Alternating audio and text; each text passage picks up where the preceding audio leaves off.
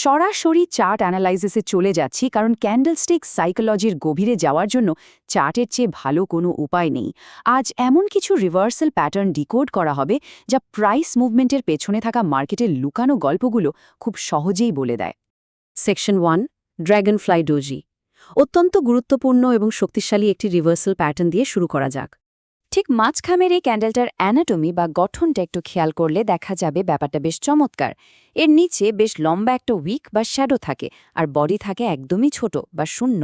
এখানে ক্যান্ডেলের রং সবুজ হলো না লাল সেটা কিন্তু একদমই ম্যাটার করে না। এর পেছনের সাইকোলজিটা মূলত একটা যুদ্ধ। ক্যান্ডেল ওপেন হওয়ার পর সেলাররা প্রাইসকে জোর করে নিচে নামানোর চেষ্টা করে, কিন্তু একদম লোয়ার লেভেলে এসে বায়াররা প্রচণ্ড শক্তিশালী হয়ে ওঠে এবং প্রাইসকে ধাক্কা দিয়ে ঠিক ওপেনিং প্রাইসের কাছাকাছি নিয়ে এসে ক্লোজ করে। তার মানে সেলাররা এখানে পুরোপুরি ব্যর্থ। 19শে ফেব্রুয়ারির এই 5 মিনিটে চার্ট টাইমলাইনটা বিশ্লেষণ করলে বিষয়টা একদম ক্লিয়ার হয়ে যাবে। পয়েন্ট মনে আমরা দেখতে পাচ্ছি মার্কেট ওপেন হওয়ার পর প্রাইস নিচের দিকে যায় ঠিকই, কিন্তু সাথে সাথে স্ট্রং রিজেকশন ফেস করে। এরপর পয়েন্ট 2 এ এসে ঠিক লোয়ার লেভেলে একটা ড্র্যাগনফ্লাই ডোজি তৈরি হয়, অর্থাৎ মার্কেট এখানে একটা সাপোর্ট তৈরি করার মরিয়া চেষ্টা করছে। এরপর পয়েন্ট 3 এ বায়ার আর সেলারদের মধ্যে একটা টাইট রেঞ্জে বেশ কিছুক্ষণ লড়াই চলে। অবশেষে পয়েন্ট 4 এ বায়ারদেরই জয় হয়। একটি স্ট্রং গ্রিন ক্যান্ডেল পুরো রেঞ্জ ভেঙে দিয়ে উপরের দিকে তীব্র ব্রেকআউট করে। এখন প্রশ্ন হল, এই চার্ট লজিক ব্যবহার করে ট্রেড এক্সিকিউট করা যায় কিভাবে? এর বেশ নির্দিষ্ট কিছু নিয়ম আছে। স্টেপ 1, প্রথমেই একটি স্ট্রং সাপোর্ট লেভেলে ড্র্যাগনফ্লাই ডোজি শনাক্ত করতে হবে। এরপর স্টেপ 2, ইমোশনকে পুরোপুরি দূরে রাখতে হবে এবং একটি স্ট্রং গ্রিন বুলিশ কনফার্মেশন ক্যান্ডেলের জন্য অপেক্ষা করতে হবে। স্টেপ 3, সাপোর্ট এরিয়ার ঠিক নিচে স্টপ লস সেট করাটা একেবারেই আবশ্যক। আর সবশেষে স্টেপ 4, লং পজিশনে এন্ট্রি নেওয়া। একদম সিম্পল এবং পুরোপুরি চার্ট ফোকাসড একটা স্ট্রাকচার। এবার ঠিক বিপরীত প্যাটার্নটা দেখা যাক। Section 2 gravestone doji. মার্কেট সাইকোলজির এই চমৎকার শিফটটা বুঝতে এই তুলনাটা অত্যন্ত কার্যকরী। বাম দিকে ড্র্যাগনফ্লাই ডোজি নির্দেশ করছে যে লোয়ার সাপোর্ট লেভেলে সেলাররা প্রাইস নিচে ধরে রাখতে ব্যর্থ হয়েছিল, আর ডান দিকের গ্রেভস্টোন ডোজিতে ঘটছে ঠিক উল্টো ঘটনা। এখানে হায়ার রেজিস্ট্যান্স লেভেলে বায়াররা পুরোপুরি ব্যর্থ হয়। এক্সট্রিম প্রাইস পয়েন্টে কিভাবে মার্কেট কন্ট্রোলের হাতবদল হয় এটা তার একটা নিখুঁত উদাহরণ। মাঝখানে থাকা এই গ্রেভস্টোন ডোজির গঠনটা যদি আমরা দেখি, এর একটা লম্বা আপার উইক রয়েছে আর বডি প্রায় নেই বললেই চলে। এর পেছনের গল্পটা হলো বায়াররা শুরুতে বেশ ভালো বুলিশ সেন্টিমেন্ট নিয়ে প্রাইসকে ওপরে তুলেছিল, কিন্তু হায়ার লেভেলে সেলাররা সেটা হাইজ্যাক করে নেয় এবং প্রাইসকে চূর্ণ করে ঠিক ওপেনিং লেভেলে নামিয়ে আনে। মানে বায়ারদের শক্তি শেষ আর সেলারদের রাজত্ব শুরু। 22শে ফেব্রুয়ারির এই 3 মিনিটের চার্টটা অ্যানালাইজ করা যাক। পয়েন্ট 1 এ দেখা যাচ্ছে প্রাইস কিছুটা নিচে নামে সাপোর্ট পায় আর ওপরের দিকে উঠতে শুরু করে, কিন্তু পয়েন্ট 2 এ এসে এটি দিনের সর্বোচ্চ প্রাইস বা ডে হাই ব্রেক করতে পুরোপুরি ব্যর্থ হয়। এই ডে হাই বায়ারদের জন্য একটা অভেদ্য কেয়াল হিসেবে কাজ করেছে। এরপর পয়েন্ট 3 তে আপার রিজেকশনের মাধ্যমে তৈরি হয় একটি গ্রেভস্টোন ডোজি, আর ফলাফল পয়েন্ট 4 এ এসে একটা স্ট্রং বিয়ারিশ ক্যান্ডেল পূর্বের সুইং লোকে ভেঙে দিয়ে দ্রুত নিচের দিকে ধসে পড়ে। মার্কেট সাইকোলজির আরেকটা ইন্টারেস্টিং উদাহরণ দেখা যাবে সেকশন 3 তে, দ্য হ্যাঙ্গিং ম্যান।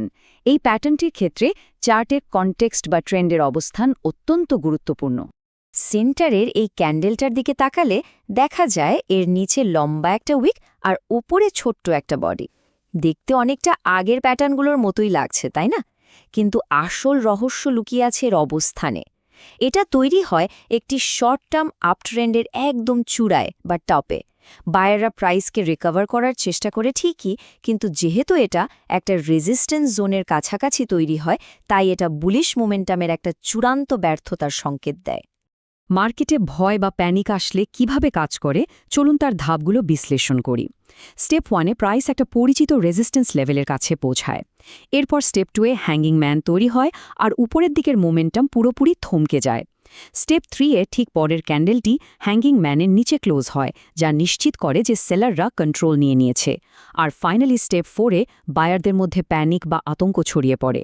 প্রফিট বাঁচানোর জন্য তারা দ্রুত পজিশন ক্লোজ করতে শুরু করে আর প্রাইস তীব্রভাবে নিচের দিকে পড়ে যায়। এই বায়ার্স এক্সহপশন থেকে লাভবান হওয়ার কৌশলটা বেশ স্পেসিফিক। লজিক অনুযায়ী যখনই হ্যাঙ্গিং ম্যান ক্যান্ডেলের লো ব্রেক হয় ঠিক তখনই শর্ট এন্ট্রি নেওয়া যায়, আর ফলস ব্রেকআউট থেকে রক্ষা পাওয়ার জন্য স্টপ লসটা অত্যন্ত সতর্কতার সাথে রেজিস্ট্যান্স লেভেলের ঠিক উপরে সেট করা হয়। এবার সবচেয়ে ইন্টারেস্টিং আর একটু জটিল কনসেপ্টে প্রবেশ করা যাক। Section 4, multiple long wick reversals. একটিমাত্র ক্যান্ডেলের বদলে যখন অনেকগুলো ক্যান্ডেল মিলে একটি বৃহত্তর রিজেকশন তৈরি করে। ঠিক মাঝখানে সাপোর্ট জোনে পাশাপাশি থাকা এই ক্যান্ডেলগুচ্ছের দিকে লক্ষ্য করা যাক। প্রতিটির নিচে লম্বা লোয়ার উইক থাকলে সেটি একটা বিশেষ বার্তা দেয়। এটা স্পষ্টভাবে নির্দেশ করে যে সেলাররা বারবার প্রাইসকে সাপোর্ট লেভেলের নিচে নামানোর চেষ্টা করছে, কিন্তু বারবারই তারা ফ্লোর ভাঙতে ব্যর্থ হচ্ছে, অর্থাৎ সেলিং প্রেশার ধীরে ধীরে একদম শেষ হয়ে আসছে। 22 ফেব্রুয়ারি 5 মিনিটের এই চার্টটা মূলত এক্সপায়ারি ডে বা অপশন মেয়াদ শেষ হওয়া দিনের। পয়েন্ট 1-এ দেখা যাচ্ছে সকালের দিকে বড় বড় রেড ক্যান্ডেল দিয়ে মার্কেট নিচে নামে, কিন্তু পয়েন্ট 2-এ সকাল 10টার পর ক্যান্ডেলের বডিগুলো ছোট হতে শুরু করে আর নিচে লম্বা উইক তৈরি হতে থাকে। পয়েন্ট 3-তে প্রাইস একটা টাইট রেঞ্জের মধ্যে আটকে যায় বা কনসলিডেট করে। সেলারদের অ্যাগ্রেসিভ মোমেন্টাম এখানে পুরোপুরি শেষ, আর পয়েন্ট 4-এ প্রাইস প্রচণ্ড বেগে উপরের দিকে ব্রেকআউট করে স্কুইজ তৈরি করে। তো এক্সপায়ারি ডেতে এই ট্র্যাপটা আসলে কাজ করে কিভাবে? সেলাররা ভেবেছিল প্রাইস আরও নিচে যাবে, তাই তারা শর্ট পজিশন ধরে রেখেছিল। কিন্তু মার্কেট একটা মেজর সাপোর্টে এসে আটকে যায়। অপশন ট্রেডিংয়ে থিটা ডিকে বা সময়ের সাথে সাথে প্রিমিয়াম কমার কারণে পুট অপশনের ভ্যালু খুব দ্রুত কমতে থাকে। প্রফিট কমতে থাকায় স্বাভাবিকভাবেই সেলারদের মধ্যে প্রচণ্ড উদ্বেগ তৈরি হয়। এরপর মার্কেট যখন ওপরের দিকে ব্রেকআউট করে তখন সেলাররা বাধ্য হয়ে তাদের পজিশন ক্লোজ করে, আর এই স্টপ লস হান্টিংয়ের কারণেই তৈরি হয় এক বিশাল শর্ট কাভারিং র্যালি।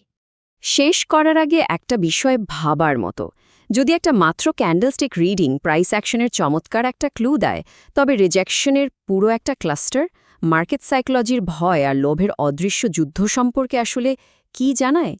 চার্টের পেছনের এই গভীর গল্পগুলোই কিন্তু সাধারণ চার্ট রিডিংকে একটা মাস্টার ক্লাসে পরিণত করে।